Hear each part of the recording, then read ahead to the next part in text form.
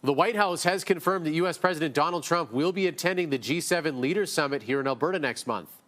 President Trump will travel to the G7 Leaders Summit in Canada from June 15th through the 17th. Danielle Smith is making it easier for Alberta to separate is honestly the best thing that could have happened in this election. So let's go Alberta, man. Because honestly, we align more with the Americans than we do with Ottawa anyway. I'm down here in the States and Americans are one of the friendliest, most welcoming people that I've ever met. And not that fake polite welcoming things that the NPC crab in the bucket people in Canada do, but like truly welcoming, and they want us to succeed. However, the rest of Canada doesn't want the West to succeed, so we must secede from the east of Canada.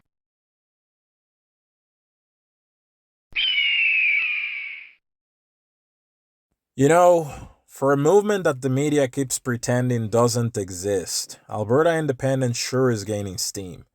The corrupt politicians in Ottawa and their friends in the fake news, they're trying real hard to ignore it, spin it, or just flat out bury it.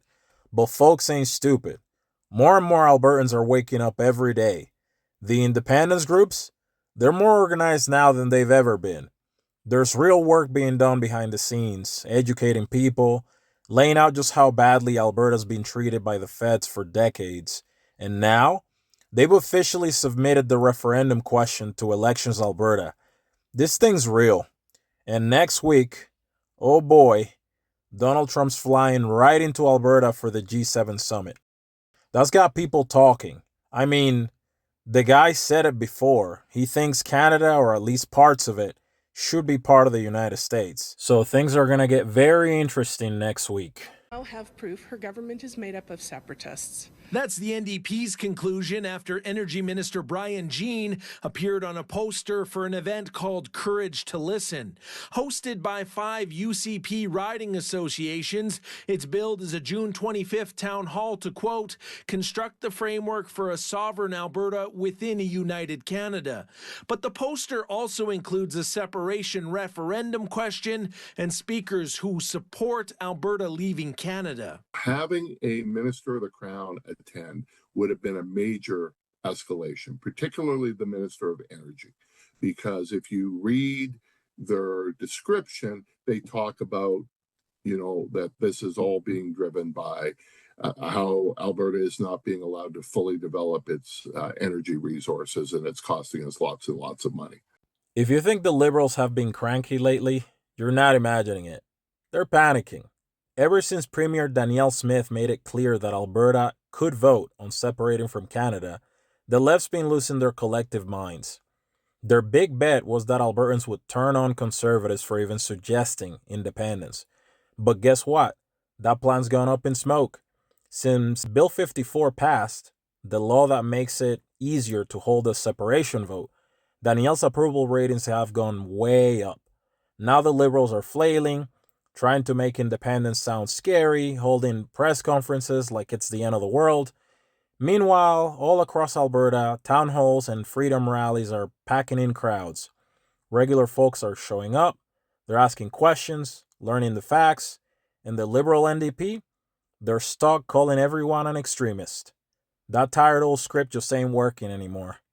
Minister Jean did not agree to an interview with City News, but in a statement, the UCP said he never planned to attend the event, and Jean told organizers that last Thursday. But the party did not respond to a question about how Jean ended up on the official poster. Jean's name remained on the speaker's list as of noon Monday, confusing even the most avid political watchers as to how this happened. It surprised me to see Brian Jean's name on there, given that he was one of the strongest critics of Smith's Sovereignty Act during the leadership race, and he was one of the people who forced the sovereign Alberta within a united Canada approach.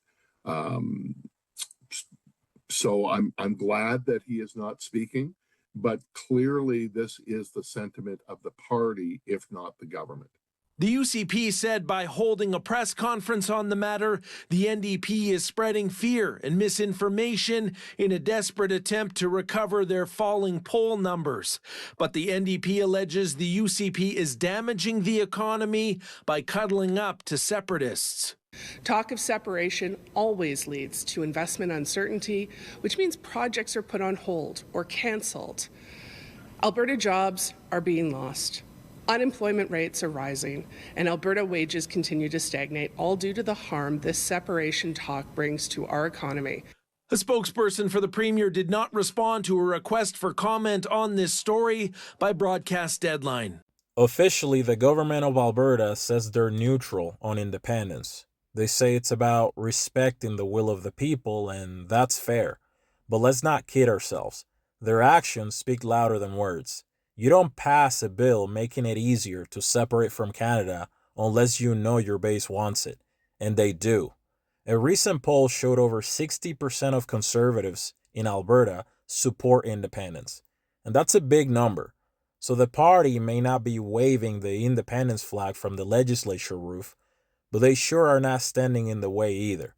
And if you ask me, there's more than a few people in government right now quietly hoping we do go for it. They just haven't said it out loud yet, but they will. Now, let's take a listen to this blue-collar girl coming up, because what she says is how a lot of Albertans feel out here. It's time to break away from the socialist nightmare out east and take control of our own future.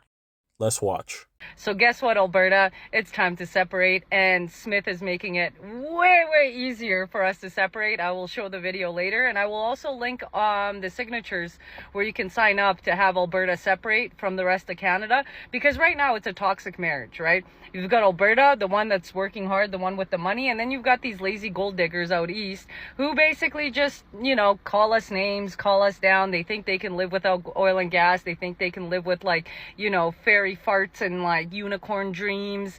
But so let them, you know what I mean? Let them stew in their own UN globalist bullshit that they just voted in. So I say screw it. Screw the East. I mean, if they want to milk us for money, let's cut off that pipeline for money. If they don't want to build more pipelines and they want to stop Alberta from production because they want to reach net zero, let them reach net zero on their own. Alberta needs to go independent or join the 51st state. And to be honest, whatever Donald Trump just pulled, the Liberals completely fell for it. I mean, they fall easily for propaganda. We kind of saw that in 2021. But the fact that right after the election, Danielle Smith is making it easier for Alberta to separate is honestly the best thing that could have happened in this election. So let's go Alberta, man.